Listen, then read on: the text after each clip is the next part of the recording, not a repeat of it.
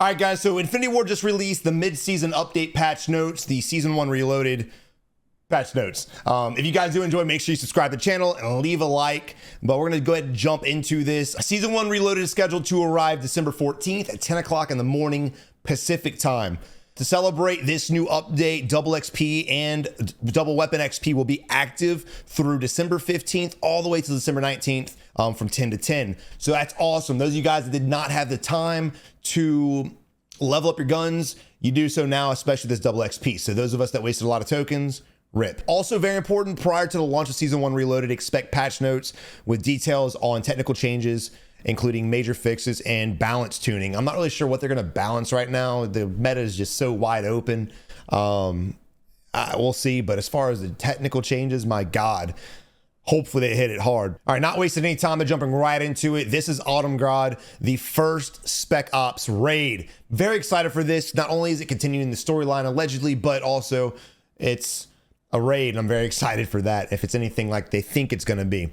Grab two of your best squad mates, so it is going to be trios. Help Price, Far, and Gaz uncover the secrets held within the highly fortified enemy facility. Shipments also incoming, now on the high seas, just like I was kind of curious about in my last video. Is it going to be ported, or is it going to be at port? Is it going to be on the high seas? That's pretty cool. Kind of curious to see if they're going to add a little bit of sway to it. But again, going more into Autumngrad, Yurzikistan, Jesus, don't butcher me for that one, boys. On the trail of the missing team, continuing from the events of the Modern Warfare 2 campaign, the first Spec Ops raid is something that will take, in the words of Captain Price himself, violence and timing. So that's good.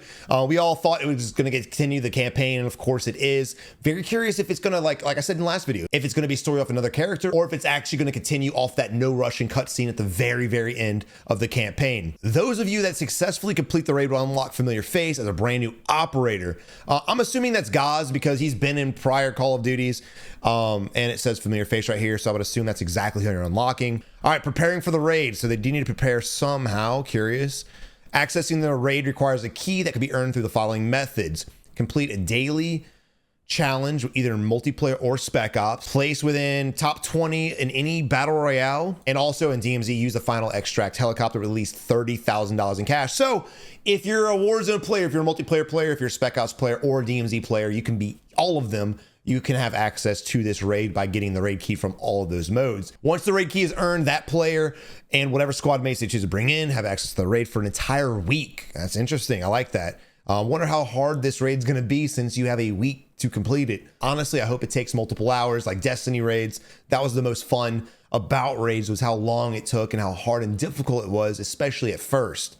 We have a couple of additional tips prior to infiltration. Warm up in Spec Ops missions. Get familiar with how agents fight against you. Not a bad idea. These AI are cracked. How Spec Ops kits work. I didn't even know there were kits in Spec Ops, so that's definitely something I need to practice myself. Probably you guys too. Tier up those kits. Having a high tier kit means accessing those additional passives and active benefits during the raid, increasing your options for survival and progressing through it. Shipment arrives in multiplayer. We saw this coming, and as you guys can see in the photo, it is, of course, on the boat, just like on the campaign.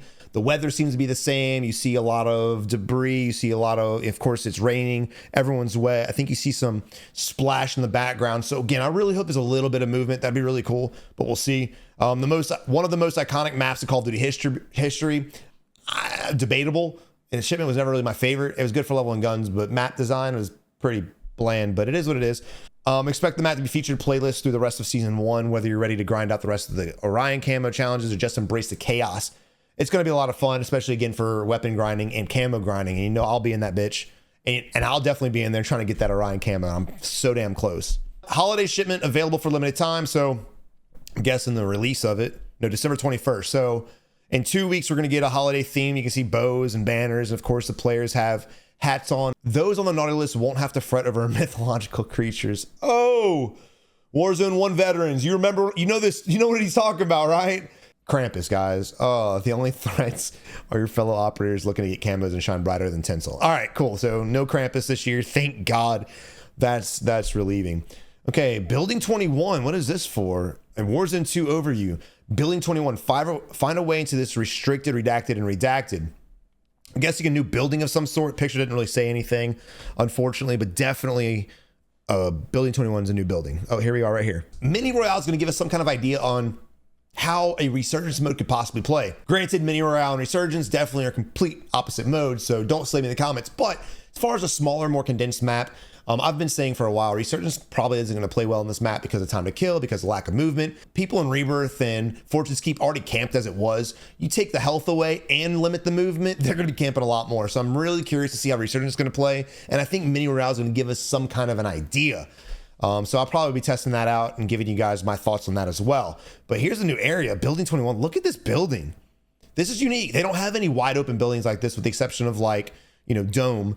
Most of the buildings are condensed, multiple floors, but I like this. This is sick. And the fact that they're adding a new building in Warzone, literally not even a month after release, gives me a lot of hope for additions to the map.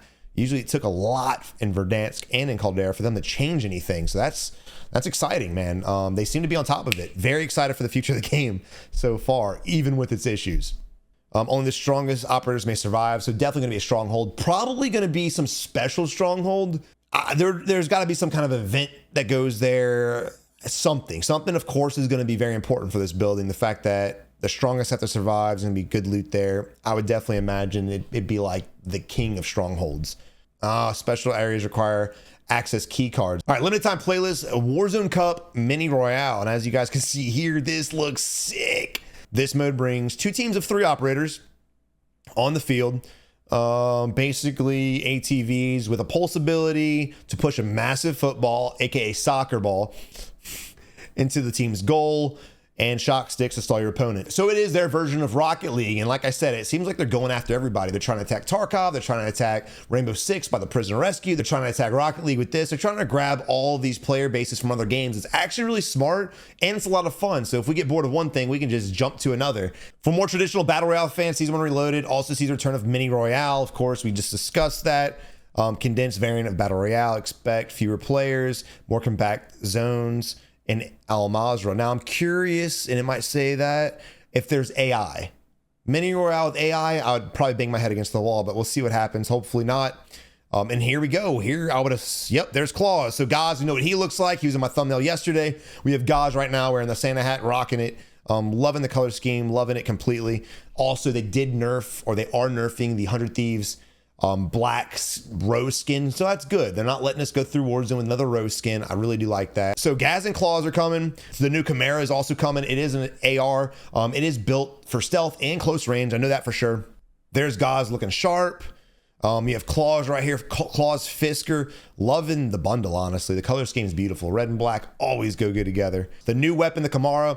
It's an AR, believe it or not, but again, it's closer range, so it's more stubby like an SMG. Really excited to see what this weapon does. Yeah, effective range shorter than most assault rifles. All right, so the featured bundles, in addition to the Tracer Pack Claws, so it does have a Tracer Pack. And I'm gonna be honest, that some of the Tracer Packs are too much.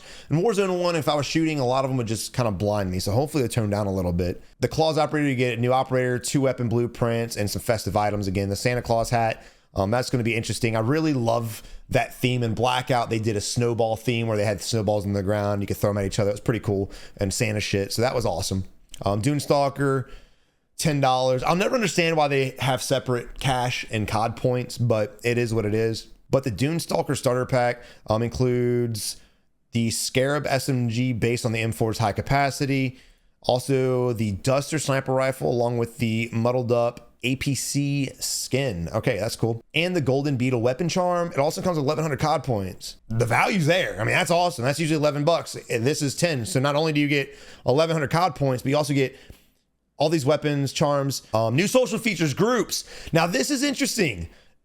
One of my complaints is I have like 1,000 people on my friends list, and it's hard for me to find people that I want to invite to my party. If we're in Discord together, I got to scroll through everybody. So it looks like you're able to group it up in family, friends, Call of Duty based, preferences on DMZ, BR, multiplayer, vibe based, out of game interests such as entertainment, gaming, and sports, community based, I guess for like streamers, YouTubers, any kind of influencers. So you have multiple labels, and within those labels, you can click and select what you want. You can have your Battle Royale people in one playlist, your DMZ people in the other ones, the shitters in one, and then of course your tournament homies in another. I like it looks like you can color coordinate them too, just simple quality of life thing. Not really important, but I do like that.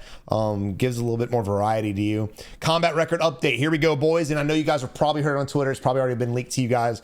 You probably already know it, but combat records, do not stand until the 14th. December 14th is when the combat records start. Any wins that you have, any nukes that you have, any kills that you have will not be on the combat record from the day of release until December 14th. So, you know, I wouldn't be too butthurt for most of us. For those of you out there with 300, 400, 500 wins, I'm mad for you. But 99.9% of us, you know, I think I've got about 50 wins. We're not going to miss those. You guys aren't going to miss them. So right now, guys, since we have 5 days until things really matter, go out there and practice. Don't worry about your KD. Don't worry about dying. Get as many reps in as possible. Then when the 14th locks in, hunker down and get it. Then they have some other things about the CDL we're not going to dive much into, but that's basically it. So again, we'll get more patch notes with balancing and in-game changes when it's released in 5 days. So I'm really excited for that. But guys, I hope you enjoyed the video. If you did, leave it a like, subscribe today, and I'll catch you in the next one.